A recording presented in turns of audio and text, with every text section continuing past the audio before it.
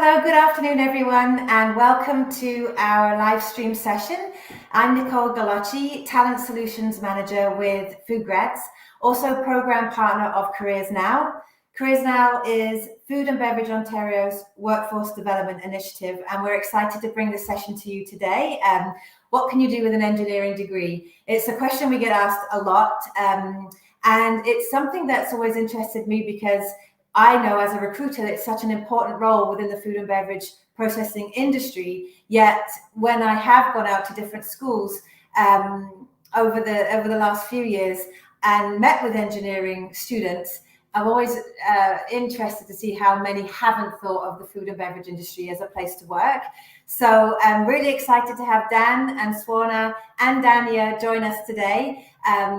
I'll start with Dania. She is one of our FoodGrads campus ambassadors and is joining this conversation today to learn more about the career paths in the industry and certainly to ask some questions, introduce herself and ask some questions at the end. But I will pass you over to Swarna, who will share her career story and a little bit about herself and her education. So thank you, Swarna.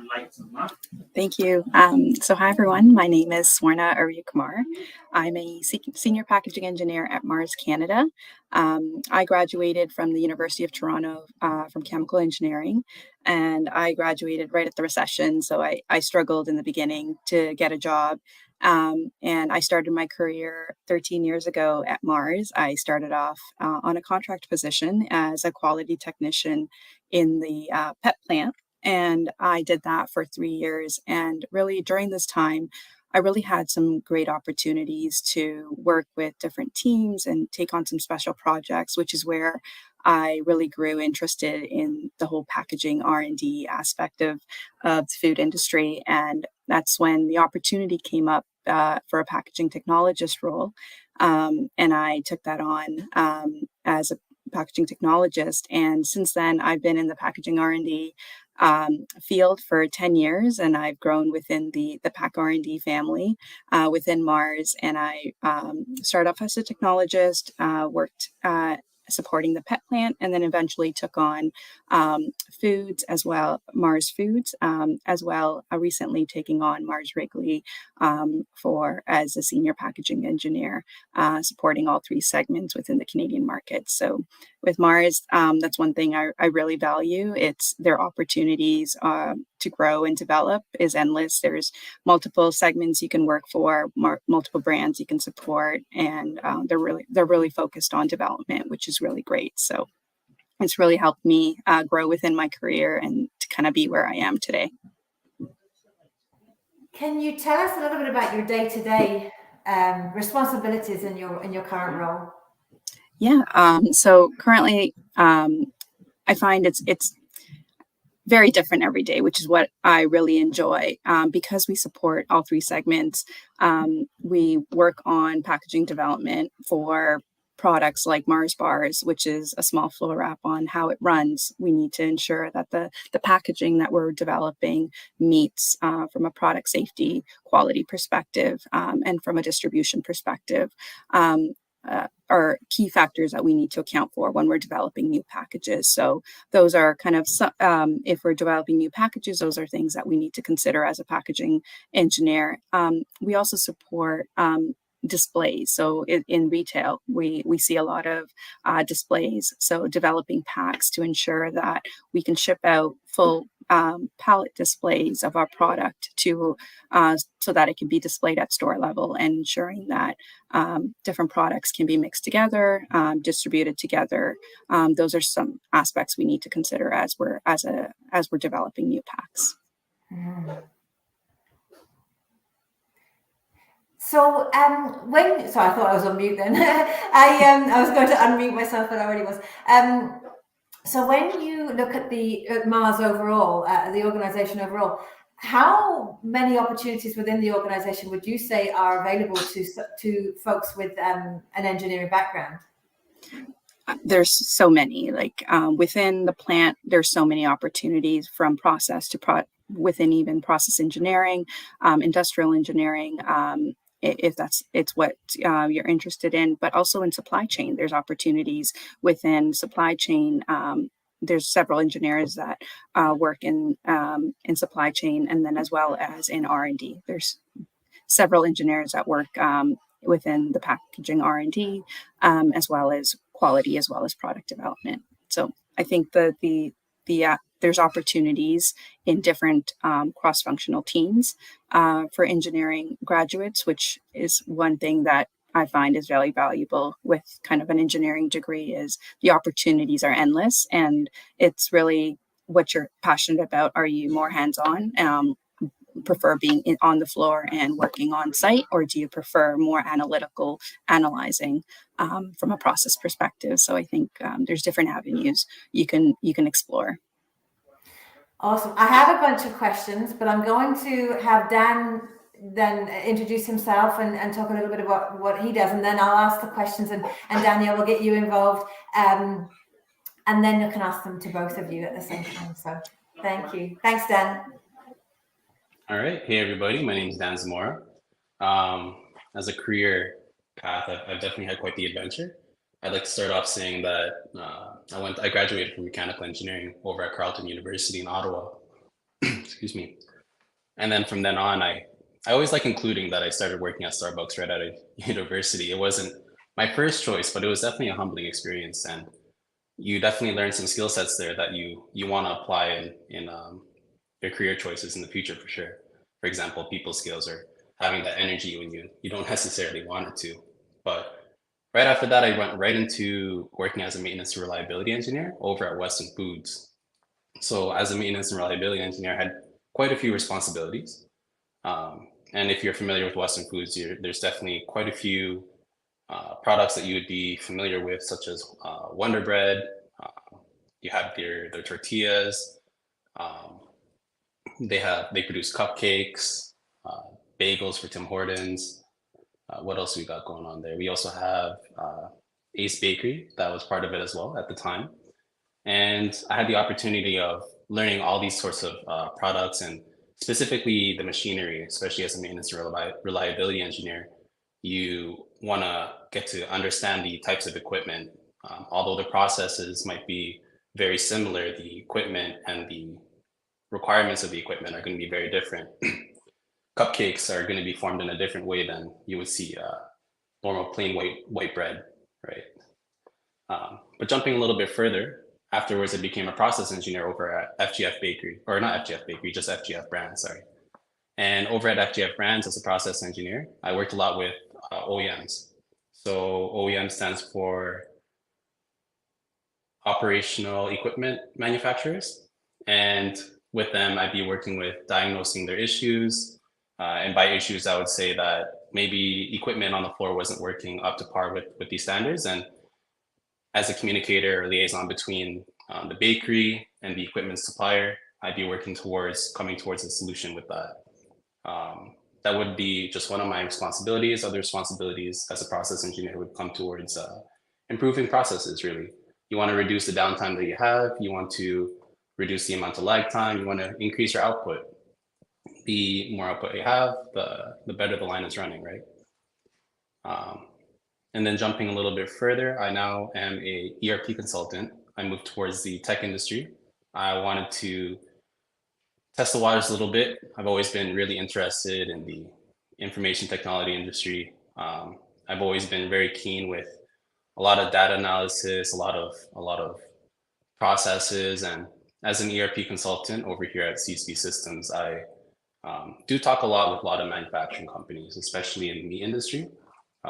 So my skills that I have as a process engineer are very applicable towards the tech industry, especially in this sort of position as consultant, because I need to understand all these different sorts of processes and business processes that these customers would have, and tailoring the systems that I'm trying to implement to their needs.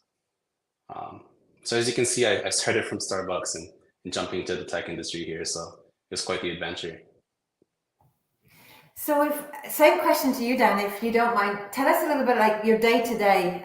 It's one of the questions I get the most when young people are thinking about what to do for a career. It's like they almost have like the job description, but then they sort of, but the real question is, what do you wake up, you go to work, or you go to your office at home? Lots of people do now. What do you do? Like, what does your typical day look like? Sure. And I'd like to talk a little bit about my day-to-day as a engineer over at the bakeries, and then a little bit about my ERP consultant day-to-day as well. But definitely in my day-to-day as a engineer over at the bakery, maintenance, reliability, or process engineer, it was very key that I would be at the bakery itself. It's very important that once you're at the bakery, you're able to absorb, see everything that's going on. It's really difficult to understand a bakery from home. Although you are capable of doing it, you're really missing out on that nice fun adventure there. And when I was a maintenance reliability engineer, my day-to-days, I would wake up, I would want to first see what my emails are. And usually I'm communicating with multiple bakeries. Weston Foods at the time owned quite a few bakeries, like around 30. And I'd be talking to a few of them regarding their maintenance issues. Or for example, I have an ongoing project that my director at the time provided me. There's an issue with the rubberized O-rings over at a bakery. They're what's the word? They're breaking down too quickly. So I had to work towards adjusting that. And then on top of that, you'd also want to answer any questions, especially as a corporate engineer and sort of a guiding figure towards some of these bakeries in terms of maintenance best practices. So what do I do with this work order? When's the best time to do on this work order? How do we make these preventative maintenance procedures more efficient? So some of these tasks here are things that were ongoing throughout my career there. As a process engineer, additionally, I'd be over there at the bakery. I'd want to be, let's see, I'm trying to think of an example here. I'd be helping starting a new manufacturing line. And at that new manufacturing line, you definitely want to be able to be there on the floor. You want to see how much we're outputting, how much we want to output, and why aren't we outputting that much? And so you want to communicate with different departments. There's a lot of cross-functionality there. It's not necessarily you and the engineering team. You want to be communicating with operations, sanitation, production. It's definitely a group effort there. And as a process engineer, you would be working with either one bakery or multiple bakeries. There's different kind of categories that you want to work with. And as categories, I do mean like different types of bread, muffins, cakes. I feel like I touched a little bit about what I wanted there as an engineer. As an ERP consultant now, it's a little bit more discussion oriented and working with different customers, trying to understand their certain software needs. So for example, today, the first thing I did was, again, check my emails, see if there's anything incredibly pending. Fortunately, there wasn't. And then I will go ahead and tackle whatever I needed to do that I tasked myself with for the week. So whether that be an ongoing project that I have, in 2 weeks, I have a project down in the States that I'm going to be implementing. Or if I have additional customers that are still trying to get the hang of their product and they have some questions. So as a consultant, I want to understand their system processes and be able to give them the answer that they want in a way that they can understand. Just because everybody has different words for their current processes, but we're all talking the same thing, right? Yeah. Dania, I want to bring you into the conversation too, if that's okay. If you want to sort of go ahead and introduce yourself and why you were interested to join this conversation today, and then we can ask questions and just have a dialogue. I've got a bunch of questions, but yeah, I'd love your questions too. Perfect. So hi, everyone. My name is Dania. I just wanted to say a big thank you to Nicole. It's definitely a pleasure to participate in this session and have the opportunity to represent undergraduate students interested in pursuing a career in engineering in the food industry. So just a little bit about myself. I am a third-year food science student at the University of Guelph. I am also a campus ambassador for FoodGrads, and I am currently interested in pursuing a career in research and specifically food chemistry and packaging. So the questions that I have for you, Dan and Swarna, are, so the first one is, could you give us a rundown of your hands-on experience and educational journey and how you were able to pave your way into your current professional position. Swarna, you want to go first? Sure. So great question. I think for myself, after graduation, I think mentors have been a critical part of kind of my career and my growth. Having a great mentor to coach you and kind of really guide you, and also asking the questions on kind of what you're interested in and kind of if there's something of interest, reaching out to whether it's your coach or your mentor and or your manager and saying, hey, this is what I'd like to pursue or am interested in learning more about, has really helped kind of throughout different opportunities within my roles. Continuously looking at ways to learn. I think taking special projects and being hands-on and kind of being out on the floor really is what gave me the opportunity to understand what a packaging engineer would do, going into as a quality technician, kind of working with process engineers and looking at continuous improvement projects. Allowed me to understand kind of the whole how projects are managed, working with cross-functional teams, and also building those relationships. I think have been a critical part of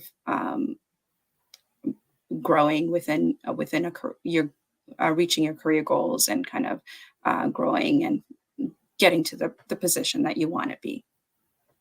Not sure. I hope that answered your question, Dania. No, that's perfect. I think one thing that is underrated is making connections with not only like your professors, but also the people you work with as well. So I think that's very helpful for people to basically excel and to find like a good job. Yeah.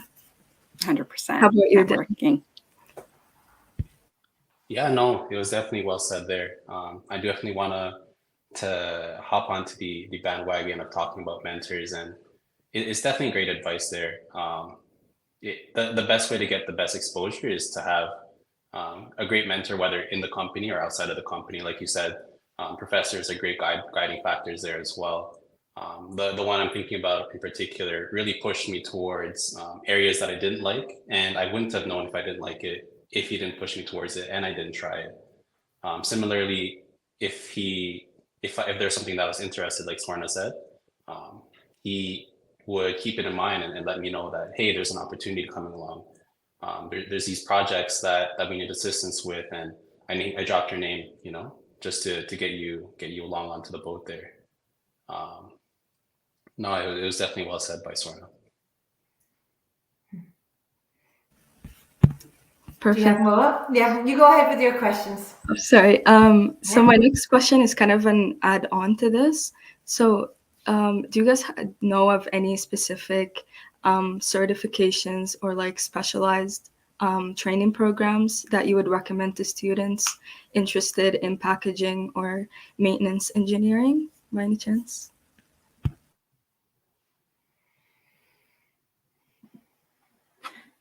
PAC offers a really good certification program on packaging. It's a 4-course program. That was really the first program that I took getting into packaging.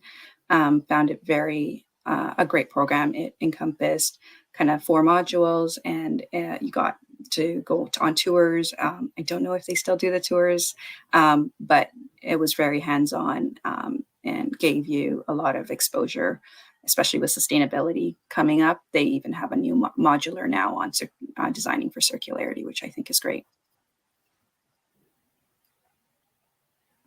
Definitely. And to add on to that, when I was moving from maintenance to process engineering, I really got an interest into Lean Six Sigma. So I know there's a great course taught at U of T, and sort of picked up my understanding of Lean Six Sigma from green belt to black belt over there. Yeah, it'd be very useful outside of engineering as well, and something that I recommend at least looking into. And if you're interested more into the baking industry, there's a lot of resources, especially with certain forums like ABA and BEMA. They provide a lot of good information on their resource websites. That's awesome. I'm curious if I can. Sorry, go ahead. I was going to say, I'm curious as to, Dania, what is your interest? What's made you, I'm always curious because we spend our goal is to attract young people into the industry. And so it's so exciting to hear that this is what you've chosen, you're in a food science program, and to know already that this is the avenue you want to take. Why do you want to do it though? I'm just curious. So basically, before I was in food science, I was actually in like a completely different program. And I came across the food science program. Like I've never heard of it, but I came across the program from a friend. And so I started going to a few classes with her just to see like what they do and like the possible job opportunities they have. So I did take so now that I'm in food science, I took a food chemistry and a food packaging course, and I found it very interesting. And I just immediately knew that that's what I wanted to do. So it's a little bit, it's different than because I switched from second year. So it's a little bit different than how most people started, I guess, their educational journey. So it's a little bit untraditional. But yeah, it's just, I think it's just that I lost interest from the program that I was in. And yeah.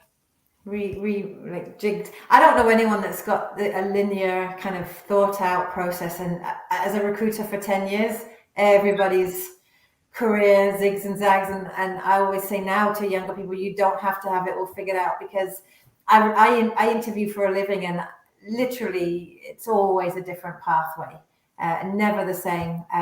I'd love to hear from Swarna and Dania why you chose the food industry. What encouraged you to explore a position in the first place, and maybe to add on to that, what misconceptions you think there are in the food industry, because I think there are a lot, and it's only from hearing from people actually that work in the industry that I think we could perhaps dispel some of those myths.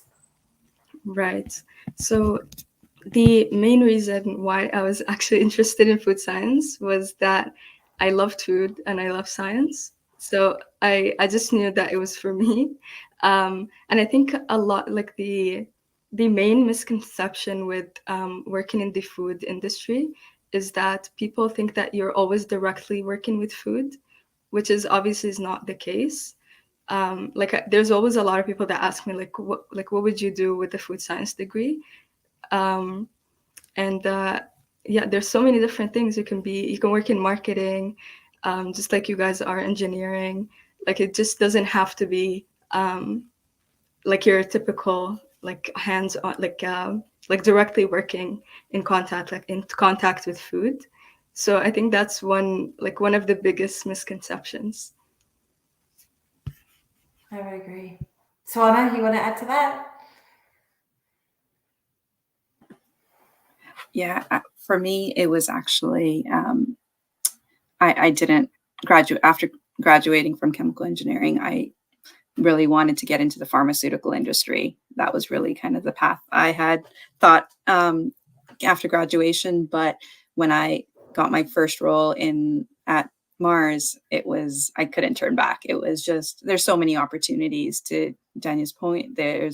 And there's so much to learn. Like, I feel like for me personally, I love the technical aspect of things, but then I also love the creative aspect of things. So being able to work with cross-functional teams, marketing, sales, it really gives you that opportunity to kind of work from a technical on the floor and get your hands-on experience, but also get your work on creative aspect of things as well. So I completely agree that there's so much to learn and do within the food industry.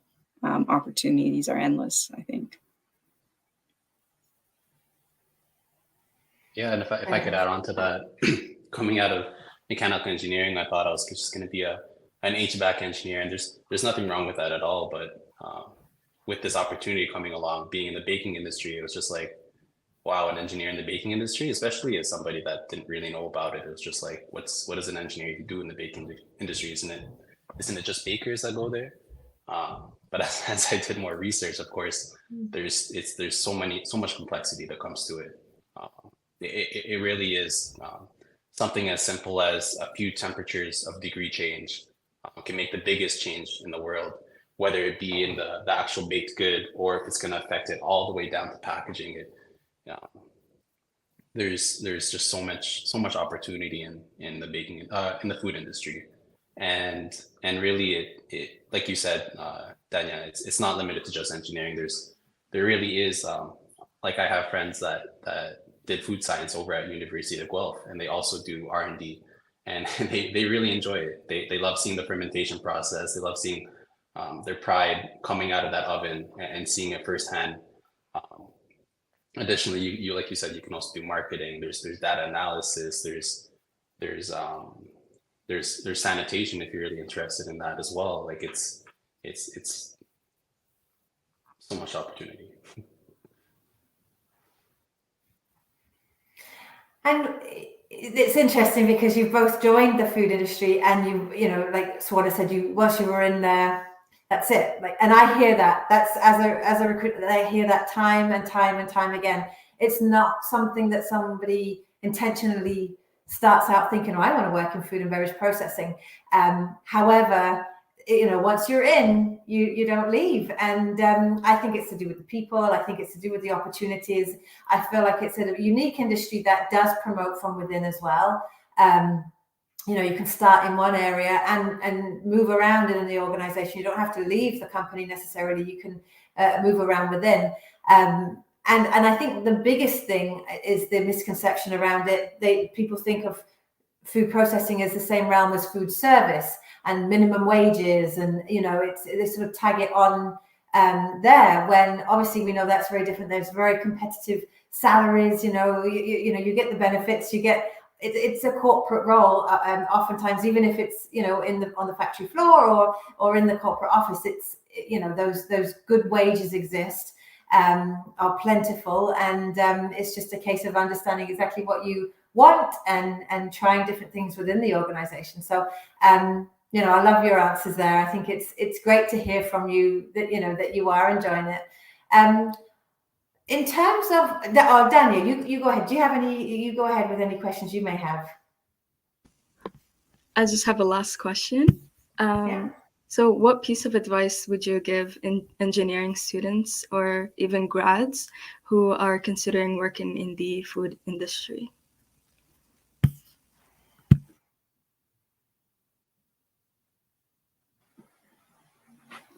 I would say it's a great opportunity.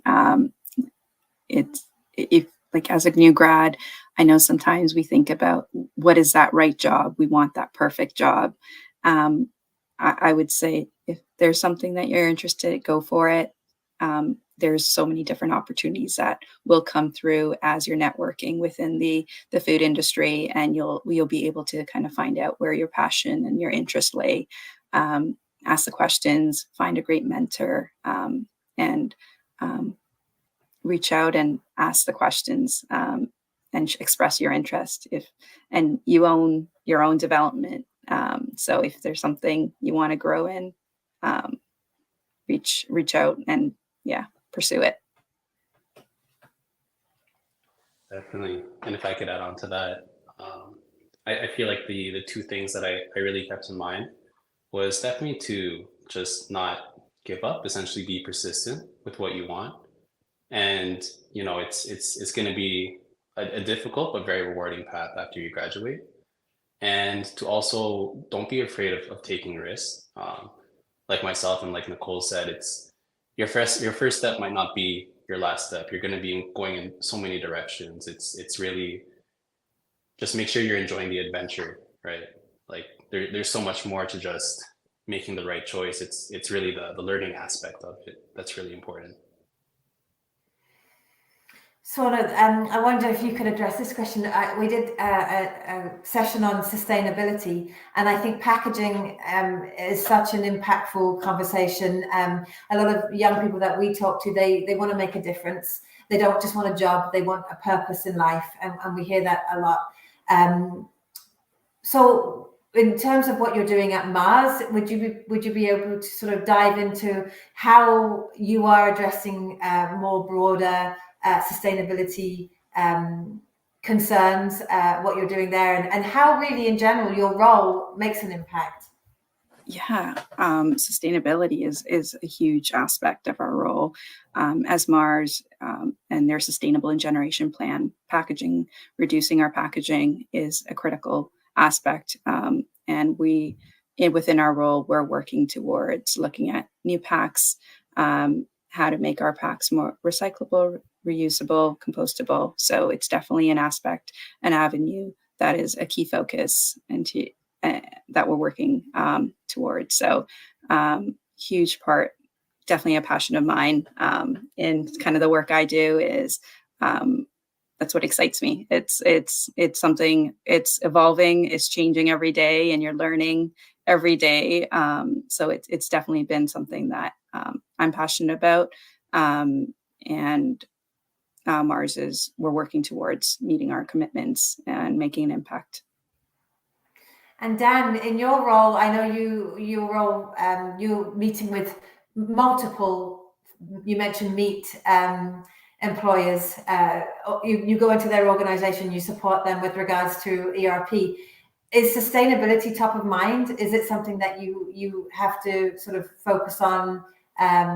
You'd hope. I think the food industry has a lot of impact in that area, so it's just interesting to hear your side of things when you are meeting multiple different organizations. Definitely. I think I'm still exploring that area, but I would say that sustainability is always a priority, especially in the sense that the ERP software that I'm creating, if the benefit of it is to sort of fine tune your processes and reduce waste, that in turn would be reducing or improving sustainability, reducing waste, right? Mm-hmm. So I could tailor it towards that way, yeah. We do have a question. When designing things for the food industry, it can be really large projects. What do you do if things don't go according to plan? Maybe Swarna, you maybe have an experience there. I guess when you have to pivot.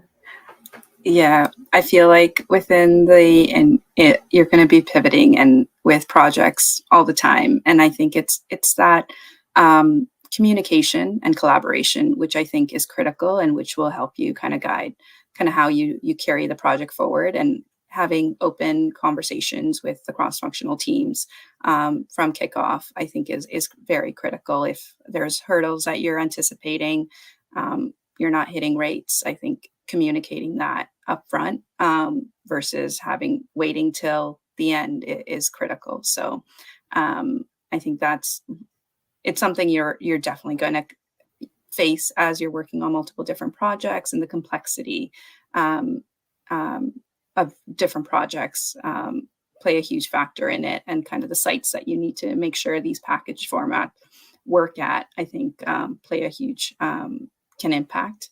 But for me, it's building that connection, the relationships, having those communications, documenting kind of the work are kind of the key things, which will help. Mm-hmm. Dan, do you have anything to add there?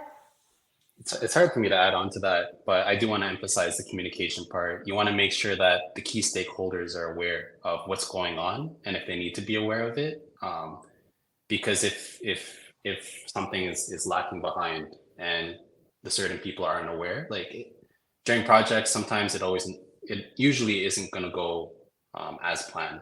So you want to have those contingencies. You want to ensure that people are aware and how we're going to address it, really. I have a question, and Dania, please jump in if you have anything. I can keep asking questions, but talk about one thing that we were not anticipating and things not going according to plan. Obviously, was the pandemic. COVID definitely impacted the food industry. I kind of liken it to the fact, though, that a lot of industries had to lay people off. I think this is an amazing industry because we grew during that time. I think, we suffered like any other, but we didn't shut things down. Like, we had to keep going. That people were relying on the food industry to keep the shelves full, so that they could shelter in place and just go and pick up food from the grocery store. So I think our industry was, the people in the industry, superheroes, because they had to go out to work every day. So a question that I had, because I think that's the ultimate kind of curveball, how did your job change when COVID hit? I'm just curious how you had to pivot and what changed in your role. And certainly maybe from that, what you haven't gone back to, because I think we learned a lot as well. So, maybe Swarna, you want to go first. What changed, how you had to adapt, and then perhaps what your role looks like now. Maybe you have fully gone back, or maybe not.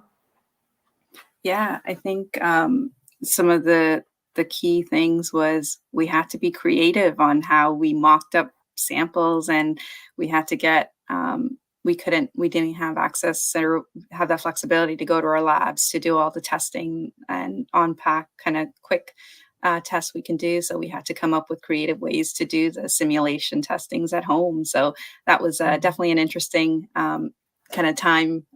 Luckily, we're back in the office and we have access to our labs now, but that was definitely kind of a challenging time during COVID, is kind of thinking outside the box and how we can design packages, size up packs, and kind of use paper that we had at home to think of different ways to look at opportunities. But I think it also helped in terms of now, like, being able to be on site and having that flexibility of kind of being able to do it, work from home as well as in the office. I think really showed us like we can do it both ways, and then just having more samples shipped to the house, and kind of you got to do what you got to do is but yeah, definitely I would say that was the most challenging part, is kind of figuring out how to run line trials without being on site, because they were trying to limit who can be on site during production.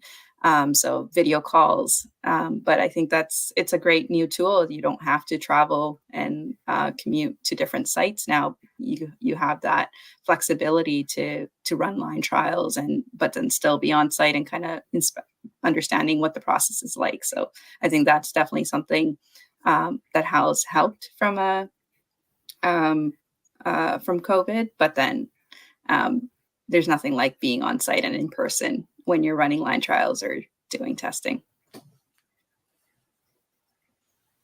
Definitely, and from a maintenance perspective, I think the biggest challenge there was similarly the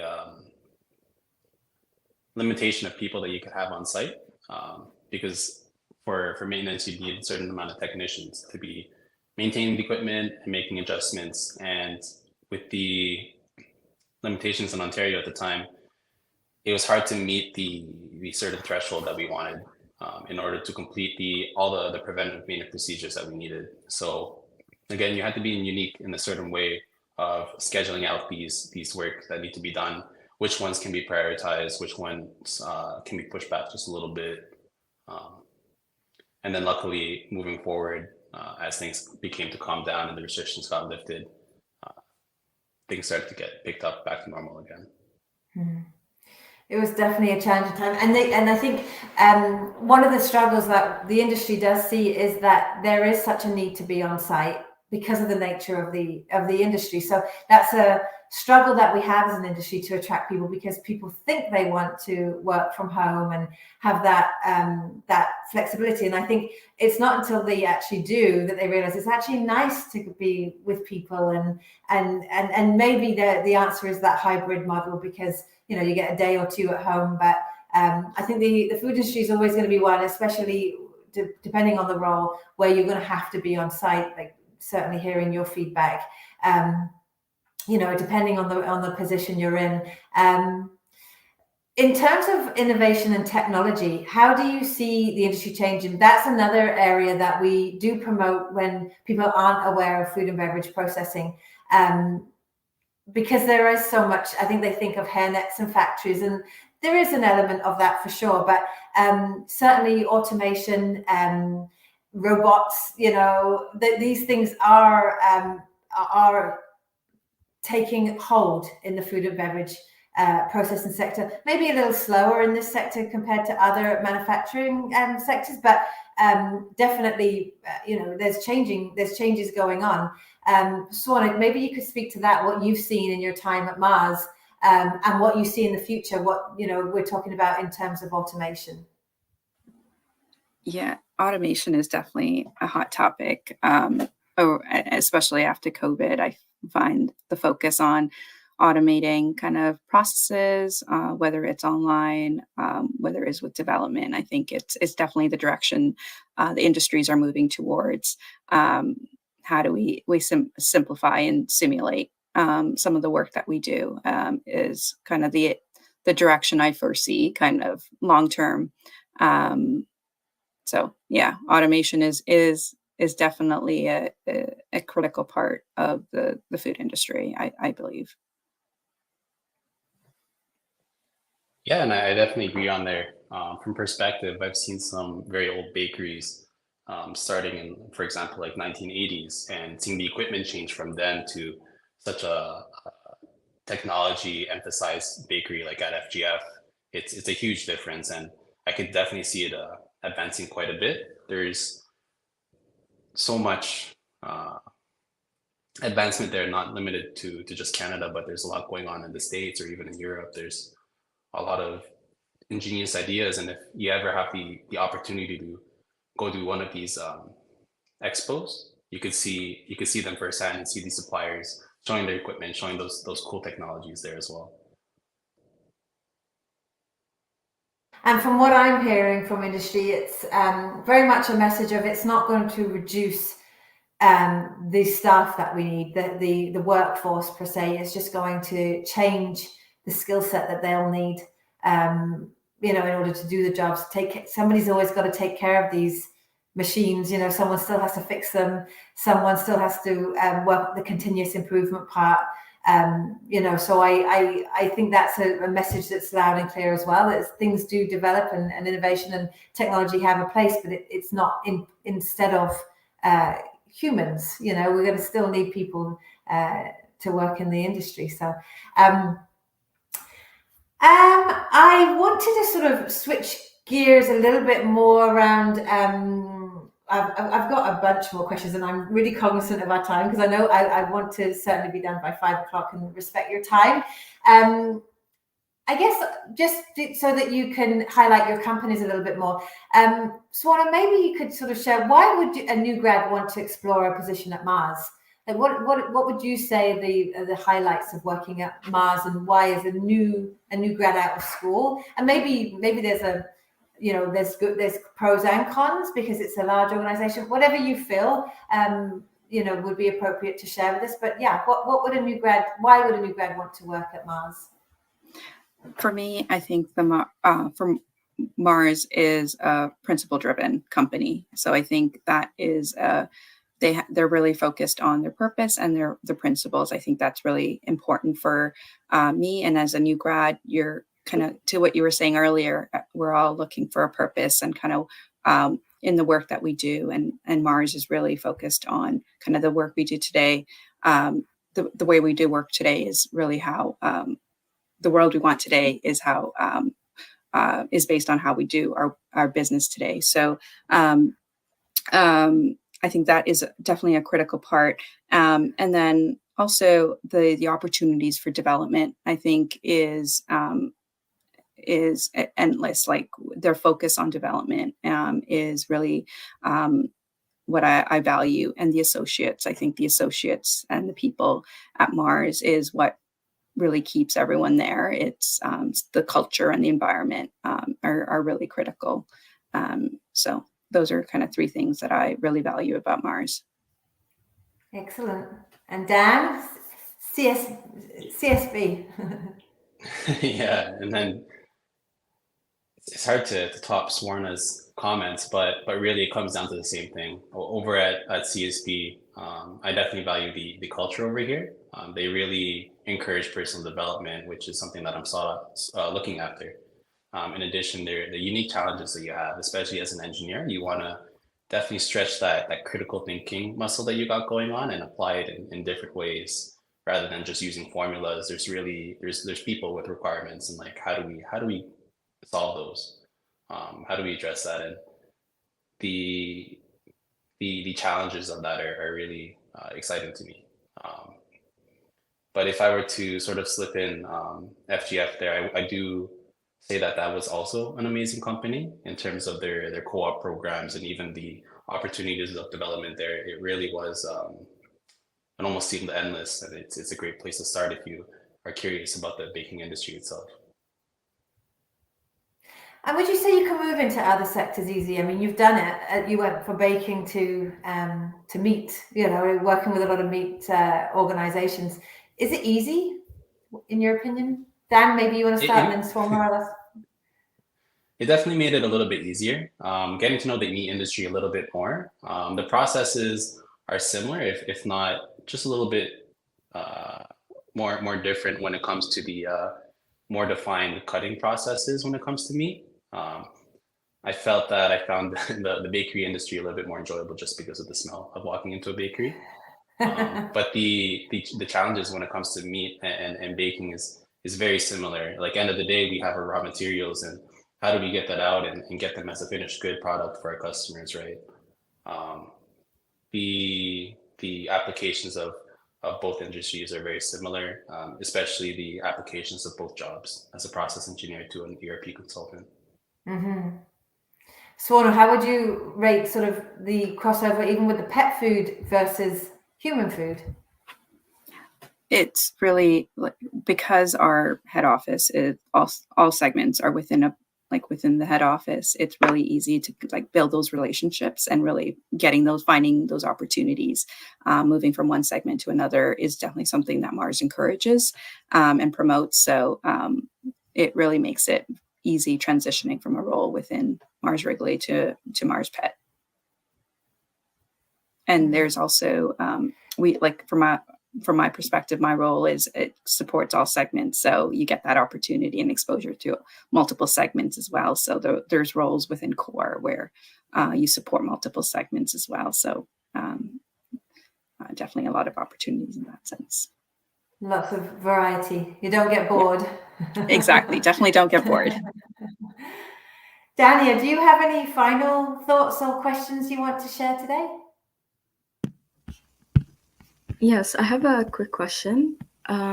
So what are some unique challenges you guys go through in terms of being a maintenance or packaging engineer?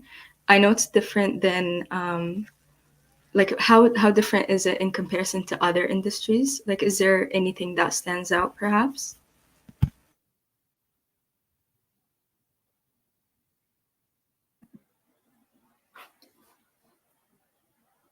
I think for myself, it's changing every day in terms of the world of sustainability and kind of how we design our packs and kind of how we ensure different infrastructures in our packages meet different legislations and regulations that are coming forward in Canada.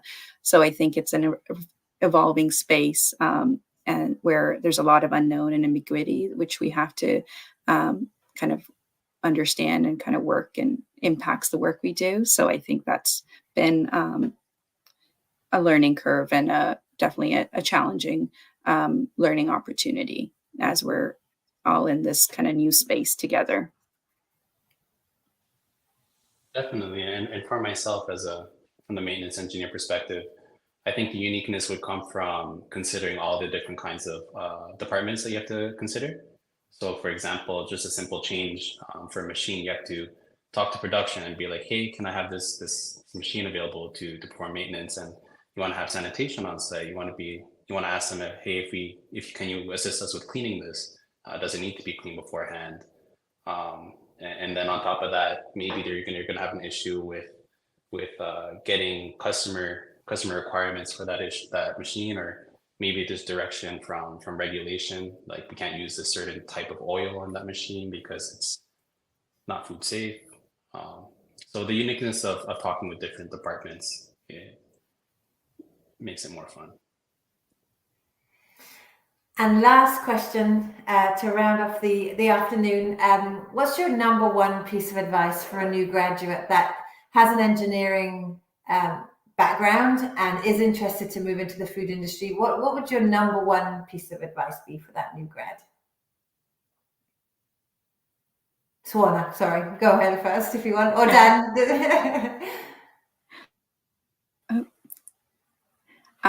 I think the number one advice is there's lots of opportunities. Don't hesitate.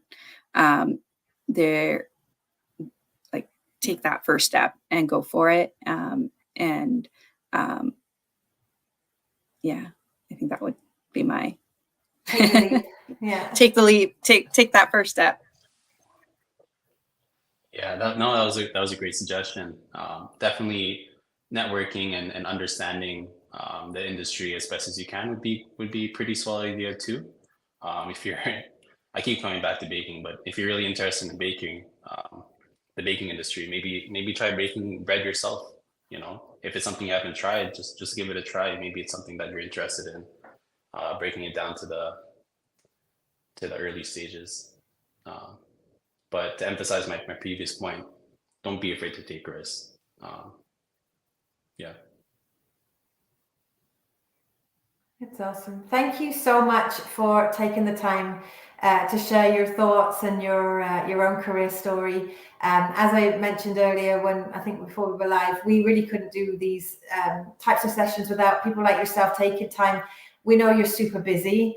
And so to take the time out from your busy schedules to talk to students and grads and offer this kind of advice is so, we're so grateful and really appreciate you. So I'll end just by sort of encouraging the folks that are listening, and certainly this session was recorded. So if you are listening to this after the fact, please do visit CareersNOW.ca. If you're a job seeker, you can get a ton of advice there, as well as create a job seeker membership. And so, to really help you start in your career. And obviously visit foodgrads.com as well. There's a ton of information there, resources available, including our podcast, where we're having amazing conversations with people and celebrating the professions in the industry.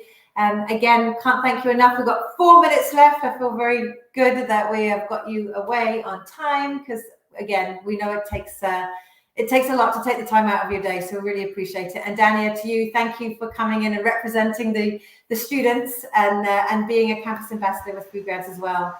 We appreciate it. Thank you for this opportunity, and thank you guys for coming as well. Thank you very much. Thank you. Very welcome. Thank you. Bye for now.